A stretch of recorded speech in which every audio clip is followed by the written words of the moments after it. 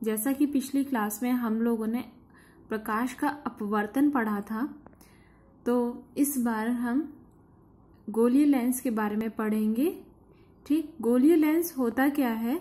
दो तलों से घिरा हुआ कोई पारदर्शी माध्यम जिसके एक या दोनों तल गोलीय होते हैं, उसको हम गोलीय लेंस कहते हैं।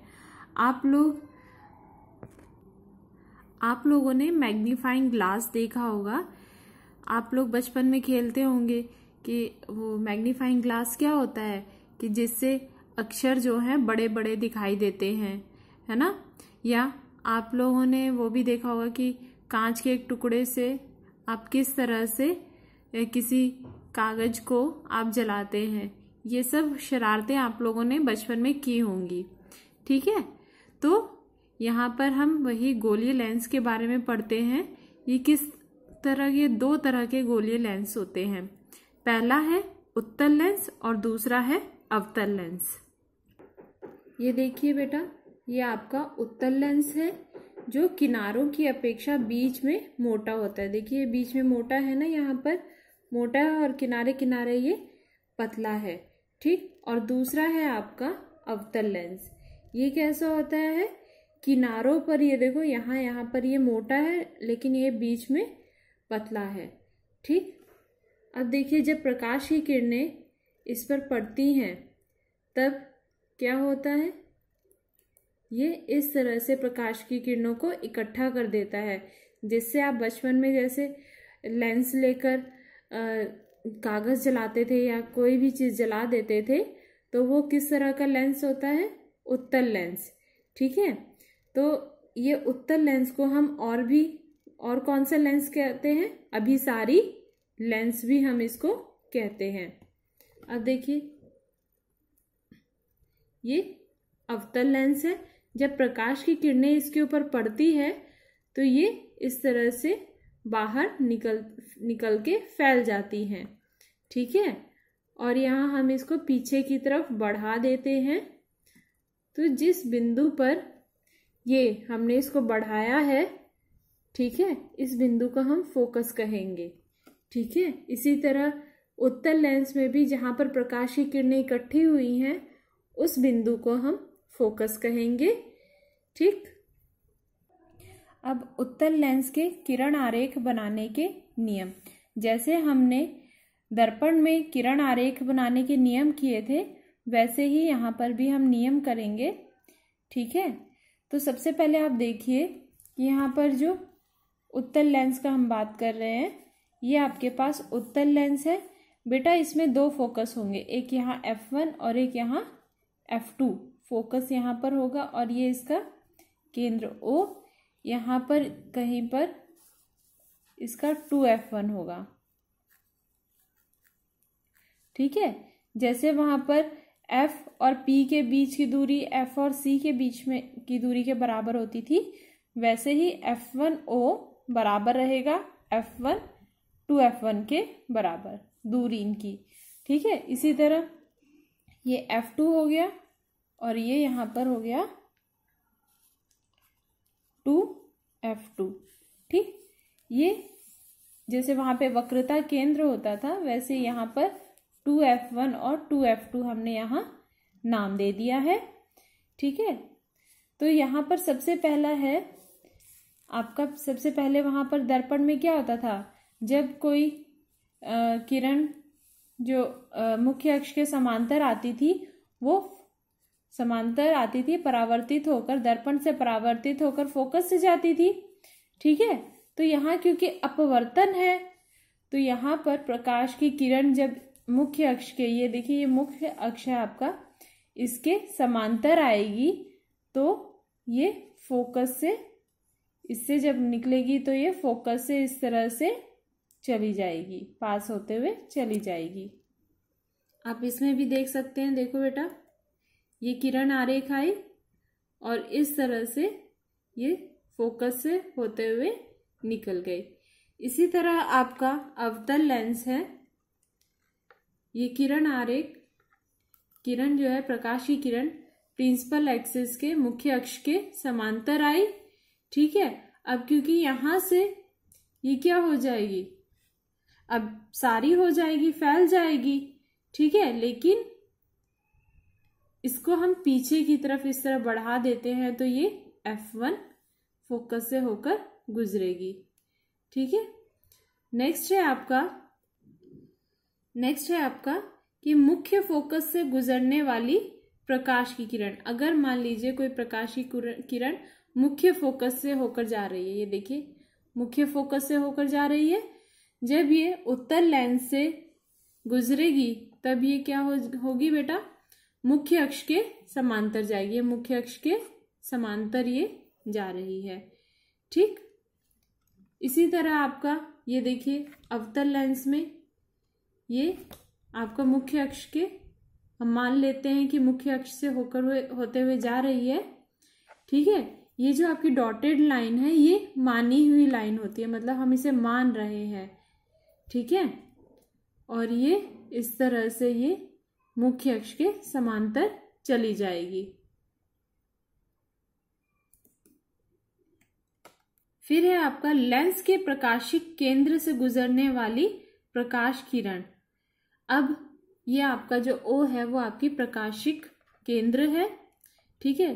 जब इससे अगर प्रकाश की किरण कोई गुजरेगी तो बेटा उसी डायरेक्शन में ये वापस चली जाएंगी। देखिए उत्तल लेंस और अवतल लेंस दोनों में ही ये वापस चली जाएंगी। अब बेटा इसमें देखते हैं हम किरण आरेख, जब आपकी वस्तु का प्रतिबिंब उत्तल लेंस में कहाँ बनता है, ठीक है। तो यहाँ पर हम प्रतिबिंब के बारे में जानेंगे कि अगर हमारा कोई ऑब्जेक्ट है, बिंब है, वो कहाँ पर होगा, तब उसका प्रतिबिंब कैसा बनेगा, ठीक है। तो पहला है आपका यहाँ पर कि जब आपका प्रतिबिंब अनंत पर होगा तब उसकी इमेज यानी उसका प्रतिबिंब कहाँ बनेगा, देखते हैं। ये देखिए यहाँ पर मान लीजिए उसका कोई ऑब्जेक्ट है अनंत पर, प्रकाश की किरणें जब इस उत्तल लेंस से होते हुए जाएगी तो ये फोकस पे जाकर मिल जाएगी। फोकस पे जाके क्यों मिलेगी, देख रहे हैं यहाँ पर, क्योंकि ये प्रकाश की सारी किरणें मुख्य अक्ष के समांतर जा रही है। तो हमारा पहला ही नियम क्या था कि कोई प्रकाश की किरण अगर मुख्य अक्ष के समांतर जाएगी तो वो फोकस से होते हुए जाएगी, ठीक है। तो यहाँ पर आपका प्रतिबिंब कैसा होगा, अत्यंत ही छोटा यानी बिंदु साइज होगा और वास्तविक होगा और उल्टा होगा, ठीक है।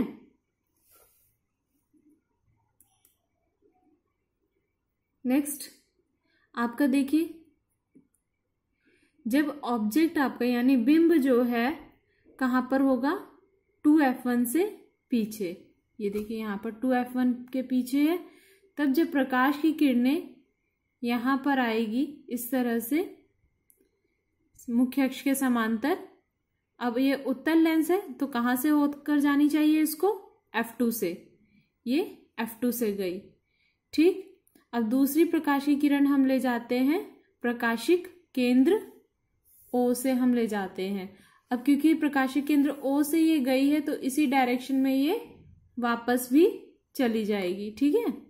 अब ये दोनों जहां पर एक दूसरे को काट रहे हैं वहां पर आपका प्रतिबिंब बनेगा, और ये आपका प्रतिबिंब कहाँ बनेगा, F2 और 2F2 के बीच में, लेकिन ये वस्तु से ये छोटा होगा। आप देख सकते हैं जो प्रतिबिंब है ये वस्तु से छोटा है, और इसकी प्रकृति कैसे होगी, वास्तविक और उल्टी। ये आपका प्रतिबिंब आपका कैसा है बेटा, उल्टा है।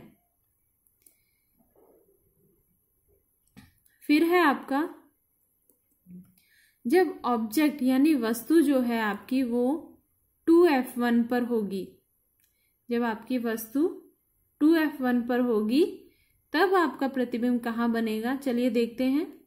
ये प्रकाश की किरण आई और उत्तल लेंस से अपवर्तित होते हुए फोकस से चली गई। अब दूसरी हम प्रकाश की किरण हम ले जाते हैं प्रकाशिक केंद्र से, ठीक। अब यहाँ पर इस पॉइंट पर ये एक दूसरे को काट रहे हैं, तो यहाँ पर आपका प्रतिबिंब बनेगा। और इसका साइज कैसा होगा बेटा, इसका साइज जो वस्तु का साइज है वही प्रतिबिंब का भी साइज रहेगा। और प्रकृति इसकी क्या है? वास्तविक और उल्टी। और क्या कहते हैं, और ये आपका जो प्रतिबिंब है वो कहाँ बनेगा? 2F2 पर बनेगा।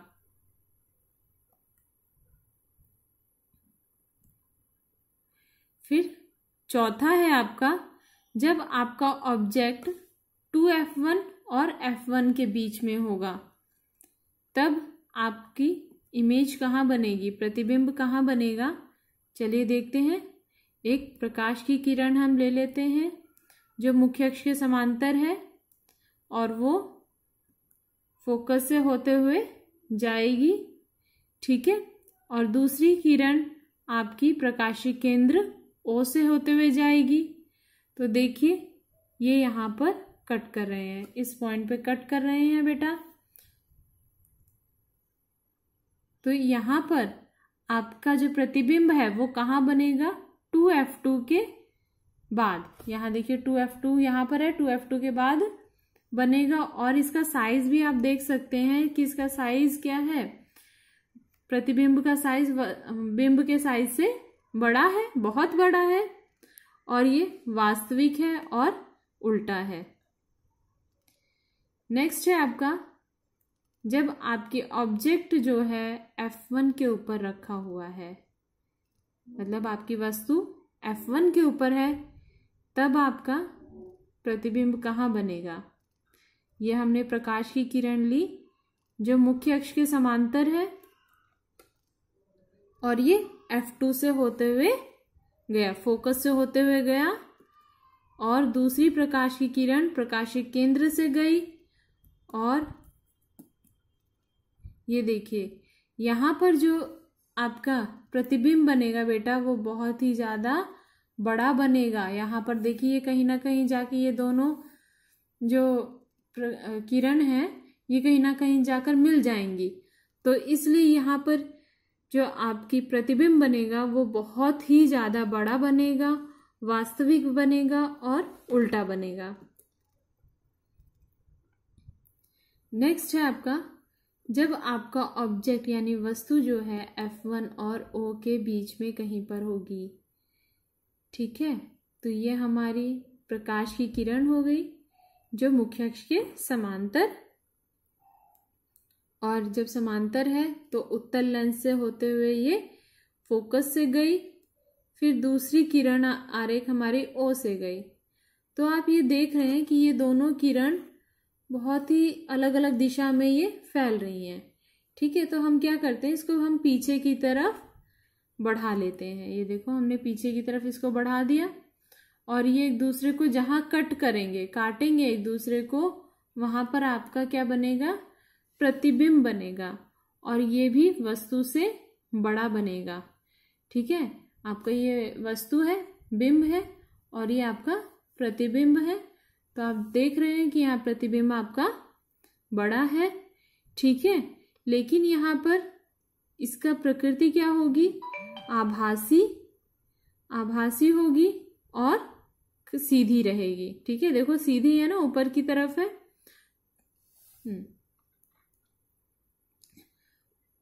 तो आज के लिए बस इतना ही बेटा। इन सभी को आपने प्रैक्टिस करना है, ठीक। Thank you.